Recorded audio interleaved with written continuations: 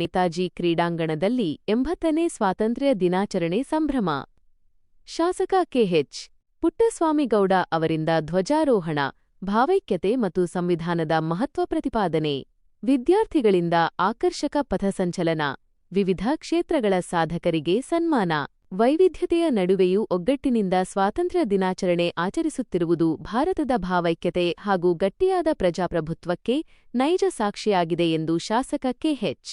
ಪುಟ್ಟಸ್ವಾಮಿಗೌಡ ತಿಳಿಸಿದ್ದಾರೆ. ಗೌರಿಬಿದನೂರು ನಗರದ ನೇತಾಜಿ ಕ್ರೀಡಾಂಗಣದಲ್ಲಿ ತಾಲೂಕು ಆಡಳಿತ ಹಾಗೂ ರಾಷ್ಟ್ರೀಯ ಹಬ್ಬಗಳ ಸಮಿತಿ ವತಿಯಿಂದ ಆಯೋಜಿಸಲಾಗಿದ್ದ 80ನೇ ಸ್ವಾತಂತ್ರ್ಯ ದಿನಾಚರಣೆಯಲ್ಲಿ ಅವರು ಧ್ವಜಾರೋಹಣ ನೆರವೇರಿಸಿ ಮಾತನಾಡಿದರು. ಕಾರ್ಯಕ್ರಮದಲ್ಲಿ ಧ್ವಜಾರೋಹಣ ನೆರವೇರಿಸಿ ಮಾತನಾಡಿದ ಶಾಸಕ ಪುಟ್ಟಸ್ವಾಮಿಗೌಡ, ಭಾರತವು ಸಾವಿರಾರು ವರ್ಷಗಳ ಶ್ರೀಮಂತ ಇತಿಹಾಸ ಹೊಂದಿದ್ದು, ಬ್ರಿಟಿಷರ ದಾಸ್ಯದಿಂದ ಮುಕ್ತಗೊಳಿಸಲು ಮಹಾನ್ ನಾಯಕರು ಮಾಡಿದ ತ್ಯಾಗ ಮತ್ತು ಬಲಿದಾನ ಅನನ್ಯ ಎಂದರು. ಸ್ವಾತಂತ್ರ್ಯದ ಬಳಿಕ ದೇಶವು ಶಿಕ್ಷಣ, ಕೃಷಿ, ಕೈಗಾರಿಕೆ ಹಾಗೂ ವಿಜ್ಞಾನ ತಂತ್ರಜ್ಞಾನ ಕ್ಷೇತ್ರಗಳಲ್ಲಿ ಅಭೂತಪೂರ್ವ ಪ್ರಗತಿ ಸಾಧಿಸಿದೆ ಎಂದು ಸ್ಮರಿಸಿದರು.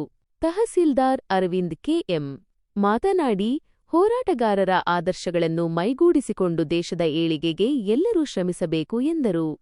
ಕಾರ್ಯಕ್ರಮದಲ್ಲಿ ಭಾರತ ಸೇವಾದಳ, ಎನ್ಸಿಸಿ, ಸ್ಕೌಟ್ಸ್ ಮತ್ತು ಗೈಡ್ಸ್ ಹಾಗೂ ಶಾಲಾ ಮಕ್ಕಳ ಪಥಸಂಚಲನ ಮತ್ತು ದೇಶಭಕ್ತಿಯ ಸಾಂಸ್ಕೃತಿಕ ನೃತ್ಯಗಳು ಗಮನ ಸೆಳೆದವು.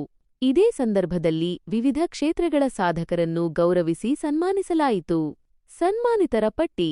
ಕ್ರೀಡೆ, ಟಾರ್ಗೆಟ್ ಬಾಲ್ ವಿಶ್ವ ಚಾಂಪಿಯನ್ ಸ್ನೇಹಾ ಎನ್. ಮಾಧ್ಯಮ, ಪತ್ರಿಕಾ ವರದಿಗಾರ ಪ್ರಸನ್ನಕುಮಾರ್ ಕೆವಿ. ರಕ್ಷಣೆ, ಭಾರತ ಸೇನೆಯ ಯೋಧರಾದ ಲಕ್ಷ್ಮೀ ನರಸಿಂಹಸ್ವಾಮಿ ಹಾಗೂ ಪರಶುರಾಮರೆಡ್ಡಿ. ಸಾಧಕರು, ಮಾನಸ, ಆವಲಮೂರ್ತಿ, ತೇಜಶ್ರೀ, ಹನುಮಂತರಾಯಪ್ಪ, ಮೋಹನ್ ಕುಮಾರ್ ಜಿಆರ್ ಮತ್ತು ಎಸ್ಒ ಲಕ್ಷ್ಮಣರೆಡ್ಡಿ. ಸಮಾರಂಭದಲ್ಲಿ ಇಒ ಜಿಕೆ ಹೊನ್ನಯ್ಯ, ಪೌರಾಯುಕ್ತ ರಮೇಶ್ ಕೆಜಿ, ಬಿಇಒ ಗಂಗರೆಡ್ಡಿ, ವೃತ್ತ ನಿರೀಕ್ಷಕ ಅಂಜನ್ ಕುಮಾರ್, ಸರ್ಕಾರಿ ನೌಕರರ ಸಂಘದ ಅಧ್ಯಕ್ಷ ಎನ್ಆರ್ ಮಂಜುನಾಥ್, ತಾಲ್ಲೂಕು ಗ್ಯಾರಂಟಿ ಸಮಿತಿ ಅಧ್ಯಕ್ಷ ರಂಗರಾಜು, ಡಿಸಿಸಿ ಬ್ಯಾಂಕ್ ನಿರ್ದೇಶಕ ವೆಂಕಟರಾಮರೆಡ್ಡಿ, ಪಿಎಲ್ಡಿ ಬ್ಯಾಂಕ್ ಅಧ್ಯಕ್ಷ ವಿಜಯ್ ರಾಘವ್, ಕೃಷಿಕ ಸಮಾಜದ ಅಧ್ಯಕ್ಷ ಪ್ರಭಾಕರ್ ರೆಡ್ಡಿ, ವಿವಿಧ ಶಾಲೆಗಳ ಮುಖ್ಯ ಶಿಕ್ಷಕರು, ಶಿಕ್ಷಕ ವೃಂದ, ವಿದ್ಯಾರ್ಥಿಗಳು ಹಾಗೂ ಸಾರ್ವಜನಿಕರು ಉಪಸ್ಥಿತರಿದ್ದರು. ಸೈನ್ ಆಫ್ ಕ್ಯಾಮೆರಾಮನ್ ಜೊತೆ ಆರ್.